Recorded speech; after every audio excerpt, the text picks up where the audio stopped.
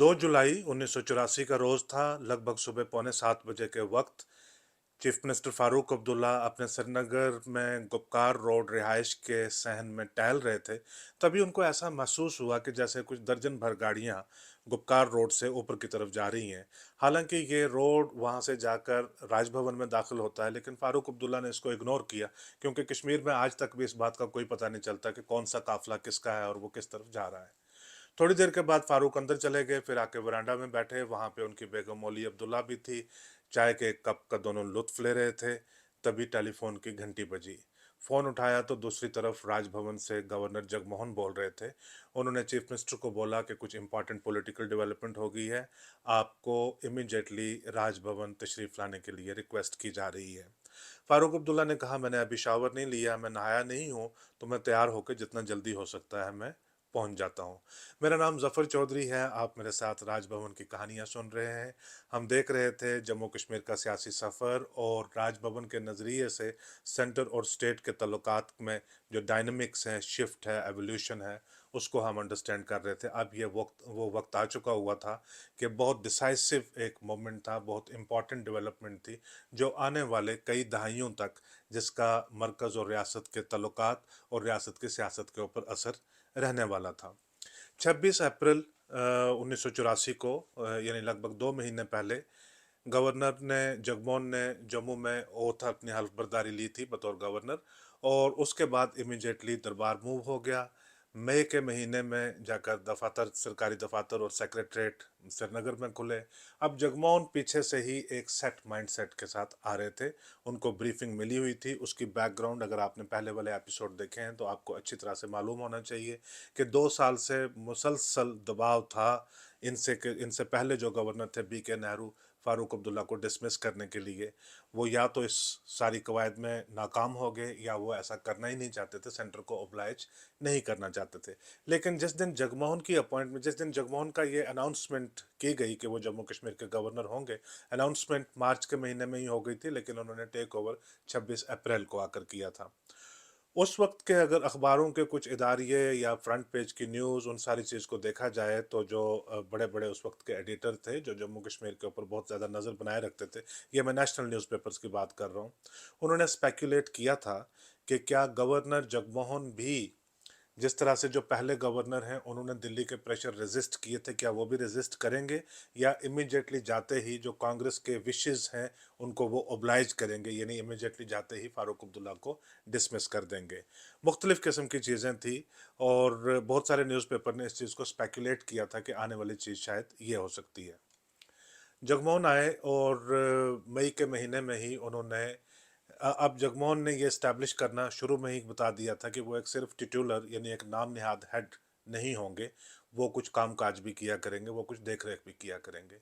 उन्होंने जम्मू कश्मीर के कॉन्स्टिट्यूशन का अच्छी तरह से मुताला किया हुआ था। कॉन्स्टिट्यूशन के अंदर एक सेक्शन है जो गवर्नर को एम्पावर करती है कि जो स्टेट गवर्नमेंट के बिजनेस की जो फाइल्स होती हैं जिसमें कामकाज होता है, वो जब भी चाहें किसी फाइल को वो कॉल भी कर सकते हैं। तो लिहाजा गवर्नर ने बहुत फ्रीक्वेंटली सेक्रेटरीट से फाइल्स कॉल करनी शुरू कर दी। हाउसिंग एंड अर्बन डेवलपमेंट में कुछ काम हो रहा है, उन्होंने फाइल मंगवा ली। जनरल एडमिनिस्ट्रेशन में कुछ फैसला हुआ तो उन्होंने फाइल मंगवा ली।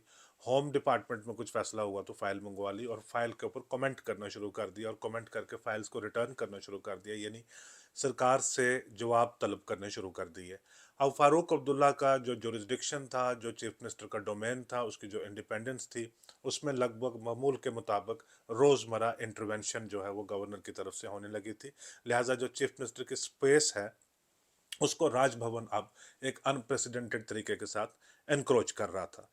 उधर पॉलिटिकल लेवल के ऊपर कुछ और डेवलपमेंट्स हो रही थी गवर्नमेंट के बीच और नेशनल कॉन्फ्रेंस पार्टी के बीच। आज से 2 या 3 एपिसोड पहले मैंने आपको एक चीज़ बताई थी कि जिस दिन शेख अब्दुल्ला की मौत के बाद फारूक अब्दुल्ला को चीफ मिनिस्टर बनाया गया था, उसके कुछ रोज़ बाद ताज़ियती जलसा यानी एक कंडोलेंस मीटिंग ऑर्गेनाइज की गई थी, जिसमें ऑल पार्टी, तमाम मुख्तलिफ फ़िरकों के, मुख्तलिफ फ़िक्रों के लोग, मुख्तलिफ पार्टियों के लोग उन्होंने शमूलियत की थी। डायस था, डायस के ऊपर गवर्नर भी बैठे हुए थे। BK नेहरू ही तब गवर्नर थे, चीफ मिनिस्टर तो ऑफ कोर्स थे ही। और सारी कैबिनेट के लोग और लेजिस्लेटर्स वगैरह सारे भी डाइस के ऊपर बैठे हुए थे। डॉक्टर करण सिंह भी आए हुए थे, बतौर खास मेहमान थे। मरकज से और भी लोग थे, हिंदुस्तान भर से लीडरान आए हुए थे जो उस दिन शेख साहब की कंडोलेंस के लिए। जब सारी तकरीबात, तकरीरें वगैरह सारी चीज़ हो गई, तो आखिरी तकरीर वहाँ पे आई फारूक अब्दुल्ला की अपनी। आखिरी तकरीर में उन्होंने कहा कि जो गवर्नमेंट मैंने इनहेरिट की है, यानी अपने बाप से जो मुझे विरसे में वो गवर्नमेंट मिली है, वो नहायत ही इनएफिशिएंट और करप्ट गवर्नमेंट है। उसमें जो बेशुमार मिनिस्टर्स हैं वो करप्ट हैं। तकरीर करते करते उन्होंने ये अनाउंस कर डाला कि मैं सारे जो मिनिस्टर्स हैं शेख अब्दुल्ला की काबीना के, मैं उनको डिसमिस कर रहा हूँ। और साथ में इस चीज़ की वजाहत भी की उन्होंने कि हैं करप्ट कुछ ही हैं, सारे नहीं हैं, लेकिन अगर मैं कुछ को डिसमिस करूंगा, बाकी वालों को मैं छोड़ दूंगा, वो लोगों के सामने एक्सपोज हो जाएंगे। लिहाजा मैं सारी की सारी काउंसिल ऑफ मिनिस्टर्स को जो मैं डिसमिस कर रहा हूँ। इन डिसमिस किए जाने वाले लोगों में डी ठाकुर भी मौजूद थे, जिन्होंने सपोर्ट की थी कि फारूक अब्दुल्ला चीफ मिनिस्टर बने। और भी बहुत सारे लोग थे। तो लिहाजा उसी दिन से नेशनल कॉन्फ्रेंस के अंदर बेशुमार जो सीनियर लीडर्स थे, उनको एक ग्रज थी फारूक अब्दुल्ला के साथ कि इसने आते आते ही वालिद की मौत के बाद जो इसके बाप के जितने भी साथी थे, जिन्होंने जेलें भी खाई, जिन्होंने मारें भी खाई, जिन्होंने बहुत परेशानियां, दिक्कतें भी देखी, जिन्होंने नेशनल कॉन्फ्रेंस को रिवाइव करवा के भी इनके सामने दिया, इसने आते ही सबको जलील करके डिसमिस कर दिया। एक नई काउंसिल ऑफ मिनिस्टर जो है वो उन्होंने बनाई। अब जब 83 के इलेक्शन हुए और उसके बाद फारूक अब्दुल्ला ने दोबारा से गवर्नमेंट, तब 46 मेंबर्स इनके पास आए थे जीत कर, जब दोबारा से गवर्नमेंट बनाई, जिन लोगों के साथ वादे थे कि आपको इस गवर्नमेंट में मिनिस्टर बनाया जाएगा, उनको भी अभी नहीं बनाया था मिनिस्टर। तो एक लॉबी जो है वो फारूक अब्दुल्ला के खिलाफ ज़रूर थी, लेकिन खुलकर वो सामने नहीं आ रहे थे। दूसरी तरफ से गुलशाह की और डी ठाकुर की अनथक मेहनत चल रही थी कि वो डिफेक्शन क्रिएट करें नेशनल कॉन्फ्रेंस के अंदर। 13 एमएलए कम से कम उनको चाहिए थे, ताकि कांग्रेस के जो 26 हैं उनकी हिमायत के साथ 39 नंबर पूरे करके फारूक अब्दुल्ला को मिनॉरिटी में रिड्यूस करके एक ऑल्टरनेट गवर्नमेंट है उसको बनाया जाए। इसी दौरान मई के महीने में अब एक तरफ तो गवर्नर जगमोहन ने चीफ मिनिस्टर की जो डोमेन है उसको एनक्रोच किया हुआ है, उसकी स्पेस को एनक्रोच किया हुआ है, और day to day administrative affairs में वो मुदाखलत कर रहे हैं। और उधर से नेशनल कॉन्फ्रेंस के अंदर सरगर्मियाँ इस तरह से चल रही हैं कि मई के महीने में गालबन 24 मई 1984 को नेशनल कॉन्फ्रेंस के कुछ लीडरों ने मिलकर एक कन्वेंशन बुलाई, और उन्होंने वहाँ पे अनाउंस किया कि हमने फारूक अब्दुल्ला को नेशनल कॉन्फ्रेंस से एक्सपेल कर दिया है, और खालदा शाह, यानी जो फारूक अब्दुल्ला की बहन थी, उनको नेशनल कॉन्फ्रेंस का प्रेसिडेंट बनाया है, और आज से ये रियल नेशनल कॉन्फ्रेंस होगी। और जो फारूक अब्दुल्ला, जिसने जितना भी धड़ा फारूक अब्दुल्ला के साथ नेशनल कॉन्फ्रेंस का है, वो रियल नहीं है। ये थी एक आर्टिफिशियल सी चीज़, लेकिन उससे जो स्प्लिट है वो खुल के बिल्कुल सामने आ गया। बाद में उसको एनसी खालदा भी कहा करते थे। वो पार्टी काफ़ी देर तक रही, और बहुत देर बाद जाकर उसका अवामी नेशनल कॉन्फ्रेंस का नाम रखा गया, जो अभी भी एक नाम जो है वो सर्कुलेशन में आता है। तो ये एक पॉलिटिकल डेवलपमेंट भी इस किस्म की हो रही थी। बाकी जो गवर्नेंस फ्रंट के ऊपर, एडमिनिस्ट्रेटिव फ्रंट के ऊपर, सिक्योरिटी फ्रंट के ऊपर जितने चैलेंजेस थे, उनको समझने के लिए जो इससे इमीडिएटली पहला एपिसोड है, अगर वो आपने नहीं देखा हुआ है तो वो ज़रूर देख लीजिएगा। अब आ गया डी डे, यानी वो दिन आ गया जिस दिन का इंतज़ार था दिल्ली में इंदिरा गांधी के दफ्तर में बड़ी शिद्दत के साथ। 1 जुलाई लगभग रात को 10 साढ़े 10 बजे गवर्नर जगमोहन खाना खाने के बाद बाग में सैर करके अब वापस आराम करने के लिए जा रहे थे। लगभग अपने बेडरूम में चले गए थे, तभी उनके सिक्योरिटी स्टाफ ने उनको बोला कि बाहर कुछ लोग आए हैं आपसे मिलने के लिए, जिसमें जीएम शाह भी हैं और जिसमें डी ठाकुर भी हैं, और बहुत सारे एमएलए और बहुत सारे एमएलसीज हैं, आपसे मिलना चाहते हैं। इन्होंने कहा कि ये क्या मामला हो गया, ये तो एक एक्सचेंज चला, बात चली। तो उन्होंने कहा जी ये फारूक अब्दुल्ला की गवर्नमेंट से इन्होंने सपोर्ट विड्रॉ की है, और ये जीएम शाह को सपोर्ट देकर उसको वो चीफ मिनिस्टर बनाना चाहते हैं। अब ये कहानी बहुत कन्फ्लिक्टिंग है, क्योंकि जगमोहन ये क्लेम करते हैं कि वो सरप्राइज्ड हो गए, अचानक से ऐसी डेवलपमेंट होगी, वो सरप्राइज्ड हो गए, उनको इस बात का पता नहीं था। और रात को जब अचानक उनको पता चला तो तब से उन्होंने तैयारियां करनी शुरू की। लेकिन इसका एक ऑल्टरनेट वर्जन भी है, वो मैं अभी आपको बताता हूँ। इन्होंने क्या किया कि जगमोहन ने उस वक्त 10:30 बजे उनसे मिलने से इनकार कर दिया। उन्होंने इंसिस्ट किया कि नहीं, हमें अभी किसी सूरत में मिलना है, वरना क्राइसिस बन जाएगा, हमें अभी मिलना पड़ेगा। जगमोहन ने कहा नहीं, आप ऐसा कीजिए कि सुबह 7 बजे आ जाइए, तब मैं आपके साथ बात करूंगा। इस एश्योरेंस के साथ वो चले गए, लेकिन ये जो मेंबरान थे जीएम शाह के अलावा बाकी जो असेंबली के 12 मेंबरान थे, बाकी लोग तो चलो उनका साथ देने के लिए आए हुए थे, जिनमें दिलावर मीर थे, हिसामुद्दीन बांडे थे, मुंशी हबीबुल्लाह थे, शेख अब्दुल जब्बार थे, सनाउल्लाह भट्ट थे, चौधरी तालब थे, गुलाम हसन मीर थे, गुरबचन कुमारी राणा थी, खेमलता वखलू थी। मैं ये 9 नाम रिकॉल कर पा रहा हूँ। इनको इन्होंने कहा कि आप चले जाइए और सुबह 7 बजे आ जाइए, लेकिन और सुबह 7 बजे ये राजभवन में आए। अब सुबह 7 बजे राजभवन में बहुत गहमा गहमी थी। सुबह 4 बजे तक या 3 बजे तक गवर्नर जगमोहन सोए हुए नहीं थे, वो सारी तैयारियां सर अंजाम दे रहे थे। लेकिन यहाँ पे थोड़ा सारा मैं इसको डाइग्रेस करते हुए एक चीज़ के ऊपर आना चाहता हूँ। जगमोहन, क्योंकि ये जो सीरीज ऑफ इवेंट यहाँ से लग रही है, इससे ऐसा लग रहा है कि गवर्नर सरप्राइज हो रहे थे, उनके सामने कुछ चीज़ें खुलकर पहली बार आ रही थी। उन्होंने क्लेम भी किया है कि मैं तो बिल्कुल जो है वो अचानक से मुझे इस बात का पता चला कि ये लोग फारूक से डिफेक्ट कर गए हैं और गुल शाह के लिए उनको सपोर्ट करना चाह रहे हैं। बी के नेहरू के ऊपर 2 साल से प्रेशर था और इन दोनों में जगमोहन दिल्ली के लेफ्टिनेंट गवर्नर थे। जगमोहन जो पूरे मुल्क भर में इमरजेंसी के दौर से जो सबसे ज़्यादा लॉयलिस्ट इंदिरा गांधी के और संजय गांधी के, उनमें से सफ़े अव्वल में जो है वो जगमोहन का नाम आया करता था। और ये सारी डेवलपमेंट जो बी के नेहरू के ऊपर प्रेशर था, ये अखबारों में भी चीज़ें आ रही थी, सारी चीज़ें आ रही थी, इन सारी चीज़ों से जगमोहन नावाकिफ़ होते, ये शायद मुश्किल था काफ़ी। जब जगमोहन श्रीनगर आए तो उन्होंने राजभवन और चीफ मिनिस्टर के दरमियान, राजभवन और प्राइम मिनिस्टर के दफ्तर के दरमियान कम्युनिकेशन के रिकॉर्ड्स भी उन्होंने देखे होंगे कि कितना प्रेशर का जो है वो एक्सचेंज हो रहा था फारूक अब्दुल्ला को डिसमिस करने के लिए। मीर नसरुल्लाह जो बी के नेहरू के वक्त से ही फारूक के चीफ सेक्रेटरी थे, वो अभी भी चीफ सेक्रेटरी थे। पीर गुलाम हसन जो बी के नेहरू के वक्त भी फारूक के गवर्नमेंट में डीजीपी थे, वो अभी भी डीजीपी थे। ये तो गवर्नर को रेगुलरली जगमोहन को हर दूसरे तीसरे दिन रिपोर्ट कर ही रहे थे। ये सारे वो लोग थे जिनसे अक्सर बी के नेहरू इंडिपेंडेंट और आइसोलेटेड रिपोर्ट मांगते थे कि आप अपनी असेसमेंट लाइए कि दरअसल कितने लोग हैं जो फारूक से टूटकर जीएम शाह की तरफ जाना चाहते हैं। वो सेटिस्फेक्शन हासिल करना चाहते थे कि लोग जाना भी चाहते हैं या ऐसे ही बात हो रही है ये। अब यही लोग जो है जगमोहन को रिपोर्ट कर रहे हैं। ये कैसे हो सकता है कि वो 2 महीने से यहाँ पे गवर्नर थे और एक पूरा वैक्यूम क्लीन स्लेट की तरह सारी चीज़ें होगी, ये सारे लोग उनको रिपोर्ट भी कर रहे हैं, लेकिन उनको पता नहीं चला, किसी ने इतला नहीं दी कि ये डिफेक्शन होने वाली है। तो इसलिए कि जगमोहन जो क्लेम करते हैं कि उनको अचानक सारी बातों का पता चला, ये बात जो है ये मेरे ख्याल से इजीली एक्सेप्ट करने वाली बात ये है नहीं है। जो रिकॉर्ड्स हैं, एविडेंसेस हैं और जो क्रोनोलॉजी ऑफ इवेंट है, वो ये सजेस्ट करती है कि बजाय इसके कि जगमोहन ये कहें कि उनको पता नहीं था, Jagmohan day to day events को इस तरह से प्लान कर रहे थे कि वो इवेंट इवेंचुअली इस तरह से जाकर हों। उस रात को जो तैयारियां हुई हैं, आप अगर उन्हीं का अंदाज़ा लगा लें कि इन्होंने दिल्ली में सारी इतला वितला की है। इन्होंने कैबिनेट सेक्रेटरी को और होम सेक्रेटरी को इन्होंने इन्फॉर्म किया, उनको बताया कि ये डेवलपमेंट हो गई है, इन लोगों ने मुझे इतला किया है कि ये सपोर्ट विड्रॉ करना चाहते हैं। और नॉर्दर्न कमांड के chief ML Chhibber, lieutenant general ML Chhibber को बोला कि वो सुबह 7 बजे गवर्नर के पास श्रीनगर में अपने एक स्पेशल प्लान से वहाँ पे पहुँच जाए।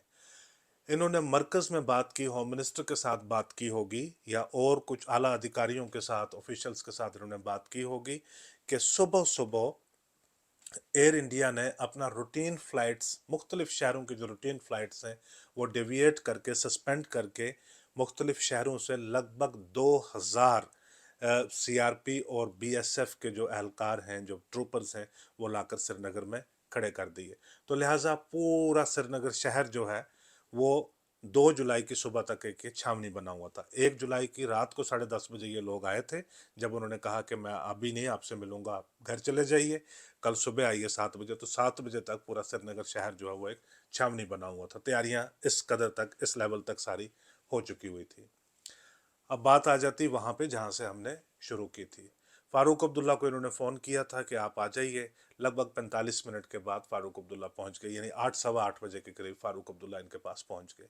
जब फारूक अब्दुल्ला राजभवन में दाखिल हुए हैं तो आप में से जिन लोगों ने राजभवन देखा है, जिनको समझ है कि राजभवन में कहाँ से जाया जाता है, जो एक गोल सी जगह है बाहर जहाँ पे वीवीआईपी आकर गाड़ियों से उतरते हैं, वहाँ से जब अंदर जाते हैं कॉरिडोर में आप राइट साइड चले गए, वहाँ से लेफ्ट गए जो फेस करता है डल लेक को, वहाँ पे थोड़ा आगे जाके लेफ्ट साइड के ऊपर मेन बड़ा दरवाज़ा जो है वो आ जाता है जहाँ से आप दाखिल होते हैं अंदर। उसके राइट साइड के ऊपर गवर्नर का अपना दफ्तर है, मेज़ लगी हुई होती है खिड़की के सामने। जिन गवर्नर्स के पास कामकाज होता है वो फाइलें वगैरह देखते हैं, जब कामकाज नहीं होता तो वहाँ से वो डल लेक के नज़ारे लेते रहते हैं, क्योंकि शीशे से बिल्कुल बाहर देखेंगे तो बादामों के बहुत सारे बागात आ जाते हैं, और उसके बाद डल लेक का नज़ारा, और उसके बाद जो है श्रीनगर शहर का नज़ारा। इसी में से जब आप अंदर गए, राइट साइड के ऊपर ये आ गया गवर्नर का दफ्तर, लेफ्ट साइड के ऊपर होता है ड्राइंग रूम। गवर्नर के दफ्तर में बैठे हुए थे lieutenant general M L Chhibber, जो कमांडर थे नॉर्दर्न कमांड के। जब जगमोहन को ये इतला दी गई कि फारूक अब्दुल्ला पहुंच गए हैं, बाहर पहुंच गए, यानी उनकी गाड़ियां आ गई हैं, तो उन्होंने उनको कहा कि फारूक अब्दुल्ला को आप ड्राइंग रूम में बिठाइए, मैं उनसे आकर वहीं पे मिलता हूं। तो छिब्बर को उन्होंने वहीं पे बैठने दिया। गवर्नर जब वहां से निकले, ऐसा फारूक का दावा है और ऐसी फारूक की शिकायत है कि गवर्नर जब अपने वहां से दफ्तर से निकले तो उन्होंने आधा दरवाज़ा इस तरह से खुला छोड़ दिया ताकि बाहर से जो भी आने वाला हो उसकी नज़र पड़े कि एम एल छिब्बर अंदर बैठे हुए हैं, ताकि फारूक उनको देखकर छिब्बर को खौफ ज़दा हो जाए कि देखिए आर्मी तक यहाँ पे कॉल कर दी गई है।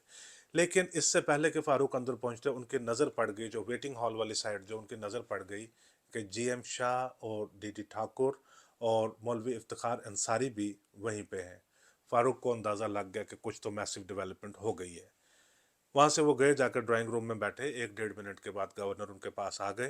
तो जो बुनियादी एक्सचेंज ऑफ कर्टसीज जो होता है, इखलाकी फ़र्ज होता है, दुआ सलाम वगैरह की, बैठे तो गवर्नर ने उनको बताया कि गवर्नर ने कहा कि फ़ारूक साहब ऐसा हुआ है, ये डेवलपमेंट है, ये सारे लोग ये क्लेम करते हैं कि इन्होंने सपोर्ट विड्रॉ कर ली है और आपकी गवर्नमेंट जो है आप क्राइसिस में है। मुझे लगता है कि you have lost the right to be chief minister. अब आपके पास जो है कोई हक नहीं रहा कि आप चीफ मिनिस्टर बने रहें, और मुझे अपने जो कॉन्स्टिट्यूशनल मेरी जो ड्यूटीज़ हैं वो मुझे एक्सरसाइज करनी पड़ेंगी कि ऐसे ब्रेक डाउन में गवर्नर के क्या अख्तियारात हैं, गवर्नर की क्या रोल्स और रिस्पॉन्सिबिलिटीज़ हैं, वो मुझे निभाने पड़ेंगे। आप बताइए फारूक साहब, आपको अगर कुछ कहना है तो आप बताइए। तो फारूक साहब जो है वो गुस्से में जो है वो कभी टेबल के ऊपर ऐसे हाथ मार रहे हैं, मुक्का मार रहे हैं। तभी गवर्नर ने उनको लिस्ट भी थमा दी कि ये 13 लोग हैं जिन्होंने सपोर्ट विड्रॉ की है। फारूक अब्दुल्ला ऐसे लेते, गुलाम हसन मीर, ये भी, ये दिलावर मीर, इसको क्या हो गया, इसने क्या किया, ये तो फलां, ये तो चोर था, ये गुरबचन कुमारी राणा, ये खेमलता वकलो, ये तो नॉमिनेटेड है, इनको तो मैंने बनाया था, इन्होंने कैसे सपोर्ट विड्रॉ कर ली। खैर वो इस तरह से उनका एक मर्क्यूरियल सा रिएक्शन है वो सारा हो रहा था। बात कर रहे थे, फारूक ने गवर्नर के साथ बात की। फारूक ने कहा कि गवर्नर साहब क्यों ना हम एक ऐसी चीज़ करें कि इसको मत बनाइए आप चीफ मिनिस्टर, गुलशाह को, जो उनके बहनोई भी थे, कि इसको आप चीफ मिनिस्टर मत बनाइए, एक और तरीका निकल सकता है। गवर्नर ने कहा वो क्या है। गवर्नर ने कहा नहीं नहीं, आपकी गवर्नमेंट मैं तो नहीं बचा सकता। इन्होंने कहा नहीं, मेरी गवर्नमेंट तो आप बच ही नहीं सकती, आप इसकी गवर्नमेंट मत बनवाइए, क्यों ना हम आपकी गवर्नमेंट बना लें। ये प्रपोजल सुनकर गवर्नर थोड़ा एक्साइटेड हो गए। गवर्नर को लगा कि यार ये तो बड़ी बेहतरीन सी बात है जो इमर्ज हो रही है। अब कन्फ्लिक्ट ये था कि दिल्ली से जो इंस्ट्रक्शंस थी वो बड़ी क्लियर थी, फारूक अब्दुल्ला को इंस्ट्रक्शन कह लो या दिल्ली की जो ख्वाहिश है वो बड़ी क्लियर थी कि फारूक अब्दुल्ला को टॉपल करके जीएम शाह को चीफ मिनिस्टर बनाना है। यहाँ पे अब जो पॉसिबिलिटी, एक नया डायनेमिक इमर्ज हो रहा था वो ये था कि फारूक अब्दुल्ला आइडिया दे रहे थे, प्रपोजल दे रहे थे कि आप अज्यूम कर लीजिए सारे रोल्स और रिस्पॉन्सिबिलिटी, मेरी गवर्नमेंट को डिसमिस कीजिए और गवर्नर रूल लगा लीजिए। आप एग्जीक्यूटिव और सारी जो अथॉरिटी है आप जो है वो अपने अंदर, लेजिस्लेटिव एग्जीक्यूटिव अथॉरिटी आप ले लीजिए और आप कारोबार सारा जम्मू कश्मीर का संभाल लीजिए, हम सपोर्ट करेंगे आपको। ये एक सियासतदान का दिमाग जो है वो इसी तरह से चलता है। सियासतदान के सामने क्राइसिस क्या होता है कि अगर इनकी गवर्नमेंट डिसमिस करके किसी दूसरे की गवर्नमेंट जो है वो बनाती जाती है तो आहिस्ता आहिस्ता जो पॉलिटिकल स्पेस है वो दूसरे के फेवर में शिफ्ट हो जाएगी और इनको डिफ़िकल्टीज हैं वो ज़्यादा फेस करनी पड़ेंगी। लेकिन अगर इनकी गवर्नमेंट जाती है तो वो चली जाए, लेकिन किसी दूसरे की गवर्नमेंट ना बने, पावर सारी, अख्तियारात सारे जो हैं वो राजभवन के पास आ जाएं, तो एक तो ये सियासी तौर के ऊपर शहीद, तो दोनों सूरतों में ये सियासी शहीद तो इनको दोनों सूरतों में माना ही जाएगा। लेकिन कम से कम जो लोग हैं वो इंटैक्ट रहेंगे, वो एक ही तरफ रहेंगे। जब एक नई अपॉर्चुनिटी आएगी, लोगों को वहीं से इकट्ठा करके रिसरेक्ट करके दोबारा एक सियासी पोजीशन है वो बहाल की जाएगी। लेकिन अगर किसी दूसरे की सरकार बन जाती है तो वो स्पेस को आहिस्ता आहिस्ता अपने तरफ वो स्ट्रेंथन कर लेगा। गवर्नर को ये चीज़ जो है ये काफ़ी भा गई। उन्होंने कहा कि आप फिर जाइए घर, जाके नाश्ता वाश्ता कीजिए, तो मैं आपको यहाँ से कुछ कम्युनिकेशन भेजता हूँ। फारूक अब्दुल्ला गए तो उन्होंने कहा चलिए मैं भी ज़रा हांडू से पूछ लेता हूँ। मैं, ये एक बड़ा तकिया कलाम था फारूक अब्दुल्ला का, ज़रा मैं हांडू से पूछ लूँ। प्यारेलाल हांडू उनके मिनिस्टर थे और बड़े की एडवाइज़र थे। हर बात के ऊपर, हर गवर्नेंस के मामले के ऊपर, पॉलिसी डिसीजन के ऊपर, लेजिस्लेशन के ऊपर, बिल्स के ऊपर, हर चीज़ के ऊपर वो हांडू की एडवाइस लेते थे। लेकिन वो तकिया कलाम मशहूर इस तरह से हो गया कि जो भी कोई फारूक अब्दुल्ला से बात करता था कि साहब इसके ऊपर क्या किया जाए, तो वो कहते ज़रा मैं हांडू से पूछ लूँ फिर बताता हूँ मैं। गवर्नर कहते हैं कि जी ये मामला हो गया, आपकी गवर्नमेंट डिसमिस होने वाली है। वो कहते हैं ज़रा मैं हांडू से पूछ लूँ और उसके बाद बताता हूँ आपको मैं। फारूक अब्दुल्ला चले गए। गवर्नर को एक उसमें एक अपॉर्चुनिटी नज़र आई। उन्होंने इमीडिएटली कैबिनेट सेक्रेटरी और होम सेक्रेटरी को एक मैसेज टाइप करके उन्होंने सीक्रेट वायर से उनको कन्वे कर दिया। उन्होंने कहा कि उन्होंने एक नई कहानी बनाकर जो है वो दिल्ली भेज दी। दिल्ली में उन्होंने कहानी ये भेजी कि फारूक अब्दुल्ला की जो है ये पॉपुलैरिटी काफ़ी ज़्यादा है और मीरवाइज मौलवी फ़ारूक की सपोर्ट इसको हासिल है। और फैनेटिक्स और रेडिकल्स और ऐसे करके बहुत सारे अल्फाज उसमें इस्तेमाल किए कि ये दसों हज़ारों फैनेटिक्स और रेडिकल्स के जो है सेंटिमेंट्स उनको कंट्रोल करते हैं। और अगर इनके जज्बात मजरूह हो गए, ये सड़कों के ऊपर उतर आए, तो मेरे ख्याल में कई दहाइयों का पहला बहुत बड़ा क्राइसिस, सिक्योरिटी चैलेंज है वो बन जाएगा कश्मीर में, जिसको हैंडल करना बड़ा मुश्किल बन जाएगा। तो लिहाजा इन ऑल माई विजडम और सारे जो ऑप्शंस हैं उनको स्टडी करने के बाद, एग्जामिन करने के बाद, मुझे लगता है कि मैं इस नतीजा के ऊपर पहुंचा हूं कि section 92 of the constitution of Jammu and Kashmir को एक्सरसाइज करते हुए मैं स्टेट गवर्नमेंट के रोल और अख्तियारात जो हैं वो मैं अज्यूम कर लूँ, यानी गवर्नर रूल में लगा लूँ। इन्होंने दिल्ली भेज दी, ये चिट्ठी भेज दी दिल्ली, क्योंकि अब इनकी फारूक के साथ बातचीत चल रही थी। तो हाँ, चिट्ठी में इन्होंने ये भी लिखा कि जो आउटगोइंग चीफ मिनिस्टर है उसकी भी सजेशन यही है, यानी दिल्ली में थोड़ा सा ये और चीज़ पुख्ता हो जाए कि कम से कम फारूक अब रेबेल नहीं करेगा, स्ट्रीट वायलेंस नहीं करवाएगा, प्रोटेस्ट नहीं करवाएगा, जब वो खुद ही तो गवर्नर को प्रपोज कर रहा है कि भी आप गवर्नर रूल लगवा लीजिएगा। दिल्ली में 2 घंटे तक इनको कोई, इन्होंने टेलीफोन किया, इन्होंने कहा हम प्राइम मिनिस्टर के साथ मशवरा करते हैं, आपको बताते हैं। 2 घंटे तक इनका कोई जवाब नहीं आया। फिर उन्होंने फिर से फ़ोन किया दिल्ली कि भाई यार वक्त बिल्कुल निकलता जा रहा है और आप मुझे बताइए कि क्या किया जाए। तो दिल्ली वालों ने कहा कि इन प्रिंसिपल हमें लगता है कि जो ऑप्शन आप बता रहे हैं वो शायद बेहतर है, लेकिन आज क्या है कि श्रीलंका के लीडर जयवर्धने आए हुए हैं दिल्ली और प्राइम मिनिस्टर उनके साथ मसरूफ़ हैं। हमें लगता नहीं कि बहुत जल्दी हम प्राइम मिनिस्टर से कोई बात कर पाएंगे, 1-2 बजे तक आप इंतज़ार कीजिए। तो जब उन्होंने कहा ना, कैबिनेट सेक्रेटरी ने और होम सेक्रेटरी ने कहा कि इन प्रिंसिपल मोर और लेस हमें लगता है कि आप जो कह रहे हैं वो ठीक ही लग रहा है, वो प्रपोजल अच्छा है, लेकिन प्राइम मिनिस्टर की जो है वो हमें ओपिनियन लेनी पड़ेगी। तो गवर्नर ने अज्यूम किया, गवर्नर एक ब्यूरोक्रेट थे, उन्होंने अज्यूम किया कि अगर कैबिनेट सेक्रेटरी और होम सेक्रेटरी अगर ये बात कह रहे हैं, उनका व्यू ये है कि मेरा प्रपोजल अच्छा है, तो जाहिर सी बात है कि वो प्राइम मिनिस्टर को इस बात के ऊपर मनवा ही लेंगे। अब इन्होंने माहौल बिल्ड करना शुरू कर लिया इनके साथ, जीएम शाह के साथ और डीडी ठाकुर के साथ, क्योंकि अब इनको फारूक अब्दुल्ला को भी कॉन्फिडेंस में ले लिया, दिल्ली में भी जो है एक सीट डाल दिया जर्मिनेट होने के लिए। अब इनको बोला कि यार जहाँ तक आपने ये मामला किया है फारूक को डिसमिस करवाने का, वहाँ तक तो हम पहुँच गए, डिसमिसल तो उसका तय है, लेकिन अब जहाँ बात रही आपकी कि आपको चीफ मिनिस्टर बनाया जाए, उसमें मुझे थोड़ी सारी दिक्कत लग रही थी। शायद मुझे लगता है कि गवर्नर रूल ही लगाना पड़ेगा। ये सुनते ही जो है उनके तो बिल्कुल होश जो है वो उड़ गए और उनको पता था कि अब अवाम में ये सारी बात गई हुई है कि हमने ये डिफेक्शन करवाई है, फारूक की गवर्नमेंट को हमने गिरवाया है, अब अगर पावर हमारे पास नहीं आती तो हम तो पूरी तरह से मारे जाते हैं। लेकिन फारूक भी जो है वो अपनी गेम अच्छी नहीं खेल गए। अपनी तरफ से तो उन्होंने बहुत बड़ी गेम खेली, लेकिन जो वो अचीव करना चाहते थे गवर्नर के साथ मिलकर, वो अचीवेबल उसमें नहीं था। वो गए जब अपने घर पे, तो हाँ, प्यारेलाल हांडू भी वहाँ पे आए, शफी उड़ी भी आए, कुछ 2-3 और भी आए। उनके साथ बैठकर उन्होंने मशवरा किया, तो इन्होंने कहा कि फारूक साहब क्या हो गया आपको, आप बड़े सस्ते में निपट कर आ गए। गवर्नर ने आपको डराया, उसने खिड़की खोल के वहाँ से आर्मी कमांडर को दिखाया, और ये लोग वहाँ पे थे तो आप घबरा गए, आपने कहा कि आप अपना गवर्नर रूल लगा लीजिए, ऐसा कैसे हो सकता है?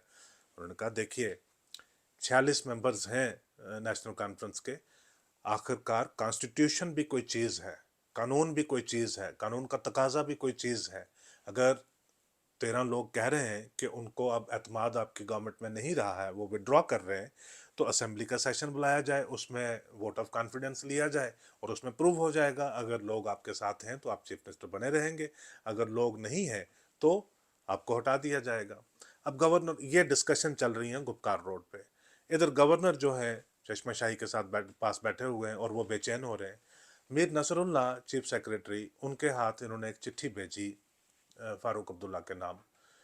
उन्होंने कहा कि we please recall our meeting this morning, आज सुबह हम मिले थे। फिर वो पूरा टेक्निकल, फिर चिट्ठी इस तरह से लिखनी पड़ती है ना कि अगर कल ये चिट्ठी प्रेस में जाती है, कोर्ट में जाती है, कहीं पे भी जाती है, तो चिट्ठी साउंड होनी चाहिए कि हमारी मुलाकात हुई थी, जिसमें बतौर गवर्नर मैंने आपको इतला दी थी कि 13 लोग आपकी लेजिस्लेचर पार्टी से आपके खिलाफ हो चुके हुए हैं, उन्होंने अपना जो ट्रस्ट है आप में खो चुके हैं और जीएम शाह को वो अपना ट्रस्ट दे रहे हैं, और ये पॉसिबिलिटी ये है कि आपके पास अब इख्तियार नहीं रहा कि आप चीफ मिनिस्टर बने रहें, तो लिहाजा मुझे आपको डिसमिस करना है या आप अपना रेजिग्नेशन मुझे भेजें। पहले तो रेजिग्नेशन मांगा जाता है, अगर वो सामने वाला अटक जाए कि रेजिग्नेशन नहीं देता, तो फिर गवर्नर कहता है कि मेरे पास कोई ऑप्शन नहीं है, मैं आपको डिसमिस कर रहा हूँ। ये चिट्ठी लेकर पहुंचे गुपकार रेजिडेंस पे मीर नसरुल्लाह, जो फारूक अब्दुल्ला के चीफ सेक्रेटरी थे। ये बड़ी हैरानगी की बात है कि जब गवर्नमेंट का ब्रेकडाउन होता है तो तब चीफ सेक्रेटरी जाकर गवर्नर के पास काम करने लगते हैं। ये चीफ सेक्रेटरी पहले ही जो है वो लगे हुए थे। मीर नसरुल्लाह जो है ये फारूक अब्दुल्ला के बचपन में केमिस्ट्री के टीचर थे और ये बख्शी गुलाम मोहम्मद के दामाद थे। वहाँ पे इन्होंने शादी की और कुछ अरसे के बाद ये आईएएस ऑफिसर बन गए। मुल्क के मुख्तलिफ हिस्सों में भी काम किया। बीच में कुछ इशू बन गया था कि आईएएस ऑफिसर्स को शेख अब्दुल्ला यहाँ पे नहीं आने देते थे, तो इनको फारूक अब्दुल्ला ने लाया था और अपना चीफ सेक्रेटरी बनाया था। ये पासिंग रेफरेंस में एक बात आ गई, क्योंकि अभी तक हम लंबी बात कर रहे थे, इनका जिक्र नहीं आया था बीच में कभी। मीर नसरुल्लाह जब चिट्ठी लेकर फारूक अब्दुल्ला के पास गए तो उन्होंने कहा कि आप बैठिए, चाय का कप पीजिए, चिट्ठी का जवाब देते हैं हम आपको। उन्हीं के हाथ उन्होंने एक दूसरी चिट्ठी भेजी।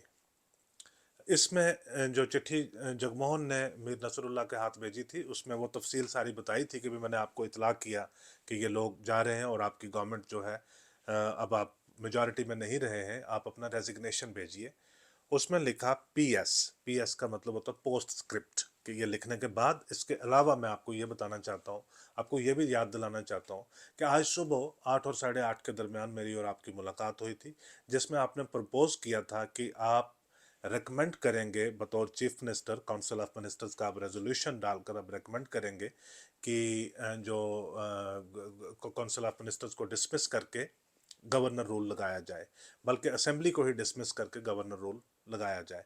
तो लिहाजा अगर वो ख्याल आपका है तो उसमें भी जो रिटन डॉक्यूमेंट काफ़ी एम्फेसाइज करके भेजा कि उसका जो डॉक्यूमेंटेशन करके उसके रिटन कागजात मेरे पास भेजे जाएं, ताकि मैं सेक्शन 92 को एक्सरसाइज करने की तैयारियां करूं और गवर्नर रूल लग सके। उधर हांडू और शफी उडी और बाकी लोगों ने एडवाइस फारूक अब्दुल्ला को दे चुके हुए थे कि ऐसा नहीं करना है। उन्होंने जवाबी कार्रवाई में चिट्ठी लिखी। उन्होंने कहा कि गवर्नर साहब, हमने जो बात सुबह, उन्होंने कहा कि गवर्नर साहब, बहुत बहुत शुक्रिया कि आपने हमारी नॉलेज में लाया कि हमारी गवर्नमेंट मिनॉरिटी में चली गई है, और हम एग्री करते हैं, हमें पता लगा है कि शायद कुछ इस किस्म की डेवलपमेंट्स हुई हैं, लेकिन इसका प्रूव होना अभी बाकी है। हाँ, हमने आपको सुबह ये तजवीज़ दी थी कि इस सूरत में हम जो डिसोल्यूशन की डिमांड करेंगे ताकि गवर्नर रूल लग सके और अच्छे से जो है वो गवर्नमेंट जो है वो कैरी आउट हो सके एज पर कॉन्स्टिट्यूशन। लेकिन उसके लिए आप कानूनी कार्रवाई जो है वो इनिशिएट कीजिए। आप क्या कीजिए कि असेंबली बुलाइए और असेंबली में जो है कॉन्फिडेंस मोशन जो है वो लाते हैं और देखते हैं कि अगर हमारे साथ पूरे लोग नहीं हैं तो हम इस्तीफ़ा दे देंगे और आप असेंबली का जो रोल है, जो रिस्पॉन्सिबिलिटी है गवर्नमेंट की, वो आप ले। ये बात तो मुमकिन ही नहीं थी, क्योंकि जो लोग आए थे गुलशाह के साथ, 12 लोग जो आए थे जगमोहन के साथ, 13वें गुलशाह खुद थे, उनकी कंडीशन ही यही थी कि जब वो राजभवन के अंदर दाखिल हो गए हैं, वो बाहर एक ही सूरत में जाएंगे, जब उनकी ओथ हो जाएगी उनको जो मिनिस्टरों की झंडियां लग जाएंगी वो मिनिस्टर बनकर अपनी सिक्योरिटी लेकर ही वापस जाएंगे, ऐसे वो वापस किसी सूरत में जाने वाले नहीं थे। यही तो वजह थी कि इतने लंबे वक्त तक बीके नेहरू को ये बार बार बोलते रहे कि हमारे पास 13 लोग हैं। तो बीके नेहरू ने कहा उनको लाओ। उन्होंने कहा कि जब भी हम लाएंगे उनको यहाँ से मिनिस्टर बनाकर भेजना पड़ेगा। बीके नेहरू ने कहा ये ब्लैकमेल है, मैं इस मामले को असेंबली में लेकर जाऊंगा, ये वहां पे तय करना पड़ेगा। तभी तो ये बात बनी नहीं थी। अब ये लोग आके, अब जगमोहन ये काम कर नहीं सकते थे। अगर वो ये अलाउ करते ये टाइम कि आप एक हफ्ते के अंदर आप कीजिए, फिर गुलशाह किसी भी सूरत में इनकी जो सपोर्ट है वो हासिल नहीं कर सकते थे किसी भी सूरत में। वक्त निकलता जा रहा था, सारे खेमों में जो है वो बेचैनी बहुत ज़्यादा बढ़ती जा रही थी। अब इन्होंने दोबारा दिल्ली में फ़ोन किया। उन्होंने कहा कि इंदिरा गांधी ने, प्राइम मिनिस्टर साहिबा ने एक कैबिनेट सब कमेटी की मीटिंग बुलाई है पॉलिटिकल अफेयर्स के ऊपर, उसमें फैसला होगा, फिर हम आपको बताएंगे। तो अब गवर्नर थोड़े और डिसअपॉइंट हो गए कि इनको लग रहा था कि कैबिनेट सेक्रेटरी और होम सेक्रेटरी खुद ही इंदिरा गांधी के साथ बात करके उनको आमादा करवा के कंफर्मेशन इनको दे देंगे कि यस आप गवर्नर रूल लगा सकते हैं। लेकिन ये तो आप पॉलिटिकल अफेयर्स कमेटी के पास बात चलेगी, वहाँ पे पता नहीं कितने डाइवर्जेंट व्यूज़ होंगे और शायद कितना डिले ना करवा दें इस बात को। राजभवन के अंदर गहमा गहमी बनी हुई है, वहाँ पे ये लोग बिटर के बैठे हुए हैं, वहाँ से बाहर नहीं निकल रहे हैं। 3, साढ़े 3 या 4 बजे के करीब इनको वापस वहाँ से मैसेज आया कि पॉलिटिकल अफेयर्स की कमेटी हो गई है, उसमें फैसला ले लिया गया है, जो प्रपोजल आप सुबह से भेज रहे थे वो एक्सेप्टेबल नहीं है। तो अब डिसअपॉइंट हो गए गवर्नर। अब गवर्नर के पास डिसअपॉइंटमेंट के बगैर और कोई चारा था ही नहीं। उन्होंने कहा कि आप बमेहरबानी ऐसे कीजिए कि जो डिफेक्शन हुई है और जो दूसरे लोग उनको सपोर्ट कर रहे हैं उनके कागजात को और उनको फिजिकली एग्जामिन करके जब नंबरात आपके पास ठीक बन रहे हैं उनको आप आज ही ओथ दे डालिए। तो वो कागजात ये थे कि 13 लोग गुलशाह समेत नेशनल कॉन्फ्रेंस से टूट के बाहर आ रहे थे और 26 लोग कांग्रेस के इनको सपोर्ट दे रहे थे, लेटर ऑफ सपोर्ट लेकर मौलवी इफ्तिखार हुसैन अंसारी सुबह से राजभवन में बैठे हुए थे। 39 लोग इनके पास इकट्ठे हो गए। शाम को 5 बजे, 5 और 5:30 के बीच गुलशाह की 2 जुलाई 1984 को शाम को 5 और 5:30 के बीच गुलशाह की हल्फ बर्दारी हुई बतौर चीफ मिनिस्टर जम्मू कश्मीर के। डी ठाकुर बने डिप्टी चीफ मिनिस्टर। बाकी तमाम जितने लोग जो डिफेक्शन करके गए थे नेशनल कॉन्फ्रेंस को छोड़कर इनके साथ गए थे उन सबको कैबिनेट का मिनिस्टर बनाया गया। और कांग्रेस के लोग जो हैं वो इस गवर्नमेंट का हिस्सा नहीं बने थे, वो they were not the ministers in this government, अभी इस वक्त वो नहीं बने थे। तो उसके बाद उनकी जो गाड़ियों के ऊपर झंडी बंडी राजभवन में ही लग गई, सिक्योरिटी वगैरह के उनके इंतजाम हो गए। अब शाम को चाय का कप पी के 6 बजे के करीब उन्होंने राजभवन छोड़ा। गुलशाह ने राजभवन से निकलने के बाद बतौर चीफ मिनिस्टर जो पहला काम किया था वो श्रीनगर में कर्फ्यू नाफिज किया था। फिर आने वाले 18-19 महीने के लिए हालात ऐसे रहे कश्मीर के कि गुलशाह की गवर्नमेंट को अपने सिनोनिम के साथ जाना जाता था बतौर कर्फ्यू गवर्नमेंट। अख्तियारात गुलशाह के पास कम रहे थे, जगमोहन के साथ ज़्यादा थे। इन सारे हालात ने जो है वो कंट्रीब्यूट करके 87 के हालात लाए और फिर तब से वो मामला जो है वो आज तक वो बिगड़ता ही जा रहा है। अब कह रहे हैं कि उसको वो ठीक कर रहे हैं। गुलशाह की गवर्नमेंट किस तरह से चली, उसमें गवर्नर का रोल, राजभवन का रोल किस तरह से रहा, इसी राजभवन ने किन हालात में, किन सरकमस्टांसिस में और कितने मज़े के साथ गुलशाह को फिर डिसमिस किया, लगभग इसी तरह से गुलशाह को भी डिसमिस किया। गुलशाह को डिसमिस करने के बाद इसी गवर्नर ने और इसी मरकज़ ने मिलकर सारे कवानीन को, सारे जो नाइसिटीज़ होती हैं उनको बारातर रख के, उनको इग्नोर करके फ़ारूक अब्दुल्ला को वापस 1986 में ओहद देकर मिनिस्टर बनाया। फ़ारूक अब्दुल्ला ने मिनिस्टर बनते ही इसी जगमोहन को ऑर्डर्स दिए कि आप असेंबली डिसॉल्व कर दो और मुझे केयर टेकर मिनिस्टर डिक्लेयर कर दो। उन्होंने वैसे किया ताकि मेरी देख रेख में इलेक्शंस होते रहें। क्या कार्रवाइयाँ चलती रहीं राजभवन से और सियासी सफ़र आगे जम्मू कश्मीर का कैसे रहा। आप बने रहिए मेरे साथ आने वाले एपिसोड्स में। आज का एपिसोड देखने के लिए आपका बहुत बहुत शुक्रिया। Many thanks as always.